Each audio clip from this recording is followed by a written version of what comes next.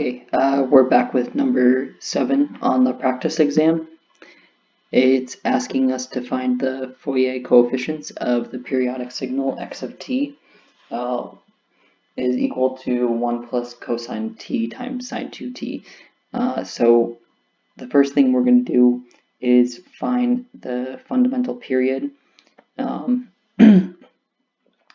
we know that the signal is periodic because it already told us it was, but the only part of the function we need to check for periodicity is this part right here, because the +1 is just the DC offset, and that's not going to change anything because it's just shifting the signal up vertically by 1.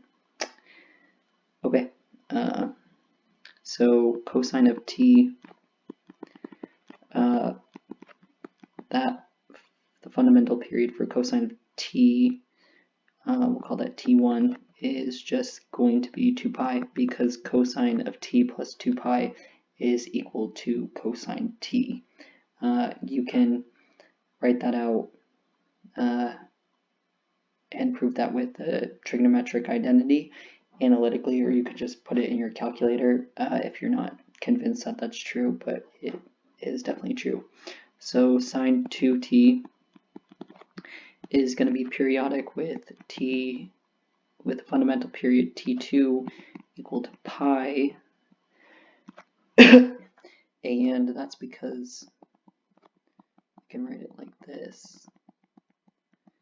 And we have a trigonometric identity we used previously in these practice problems that tells us that this is equal to sine 2t cosine 2 pi plus cosine 2t sine 2 pi. Sine 2 pi is 0, so that cancels out. Cosine 2 pi is 1, so we just get sine 2t, so we get the original function back, even though we shifted it by pi. So pi is the fundamental period of sine 2t, and that trig identity was sine a plus b equal to sine a cosine b plus cosine a sine b.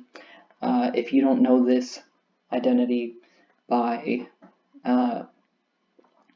heart already, and you are an electrical engineering major, this is one you want to memorize, because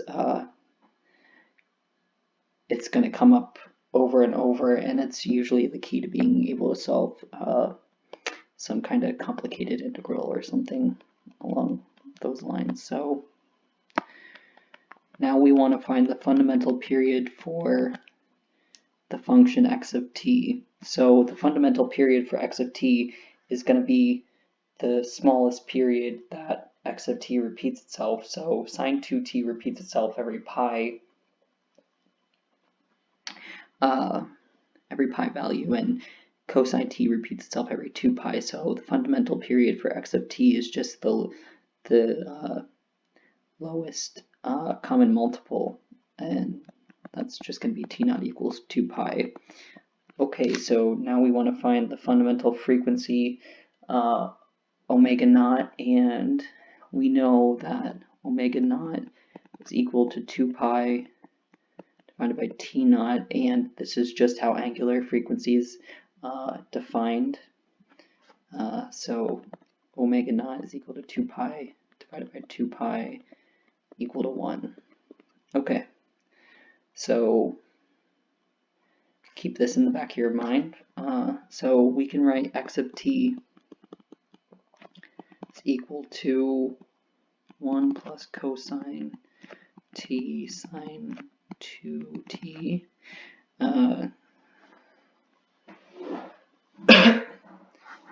So the identities I'm going to use here come from Euler's. They're a little lengthy to prove.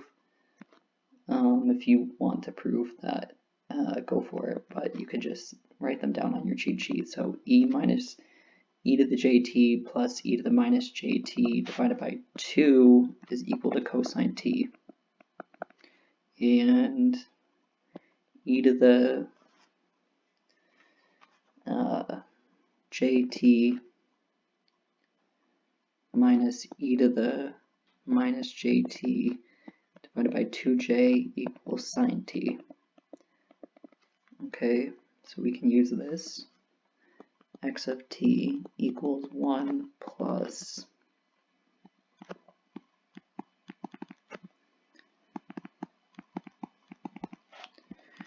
that's cosine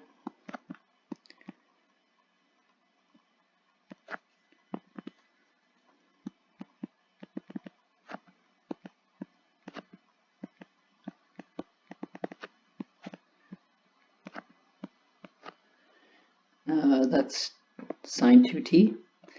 Okay, now unfortunately we have to FOIL this out.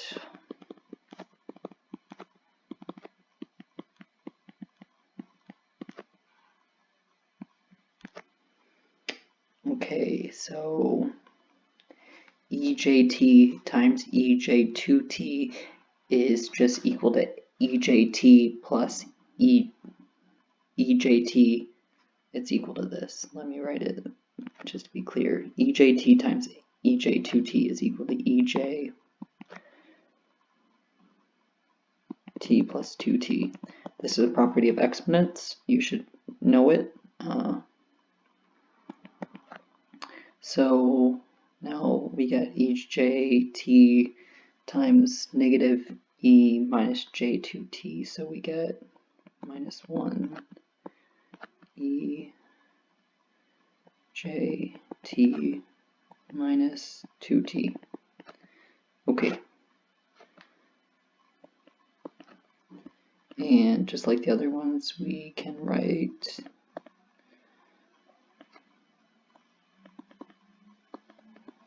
that's this term and this term.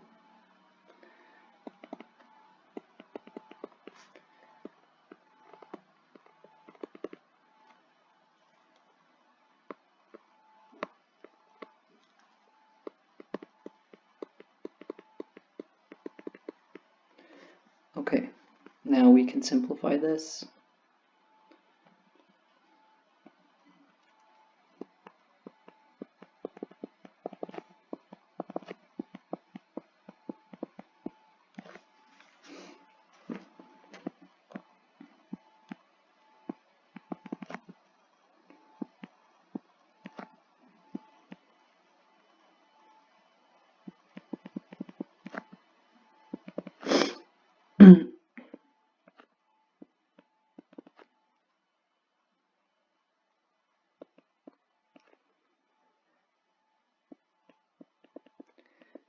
Alright, so this is the Fourier series representation. So we know x of t is also equal to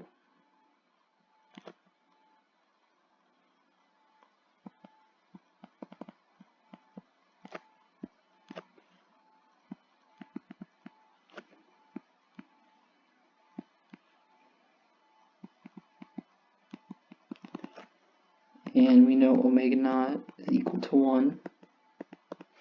So we can see here that we can resolve this for the coefficients AKs. Okay, so let's write it in order.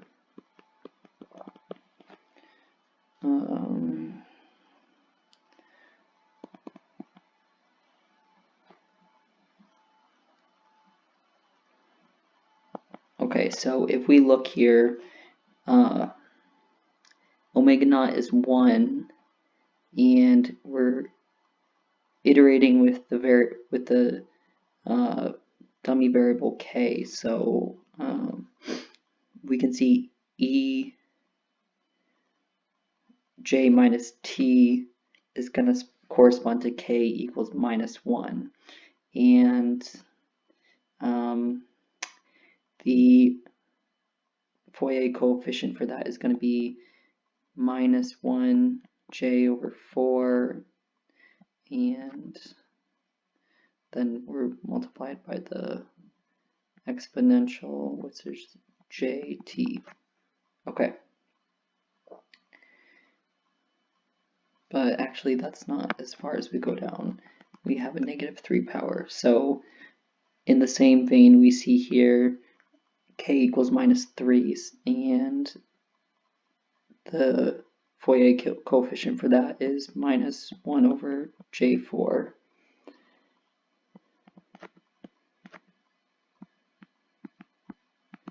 Okay, and just like before, the next one is minus 1. Fourier coefficient is negative j over 4. Okay, our next term is going to be the k equals 0 term, because when k equals 0, this is just 1. So we only have a Fourier coefficient that could possibly only be the 1 term, so plus 1. Next one is k equals 1. The Fourier coefficient is plus 1 over j4. And the last term we have is e j3t, so that corresponds to the k equals 3 term. And the Fourier coefficient is 1 over j4.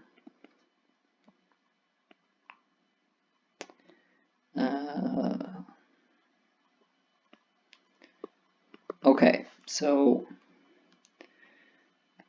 now we have a naught equals 1, and we have a1 equals a3 equals 1 over j4.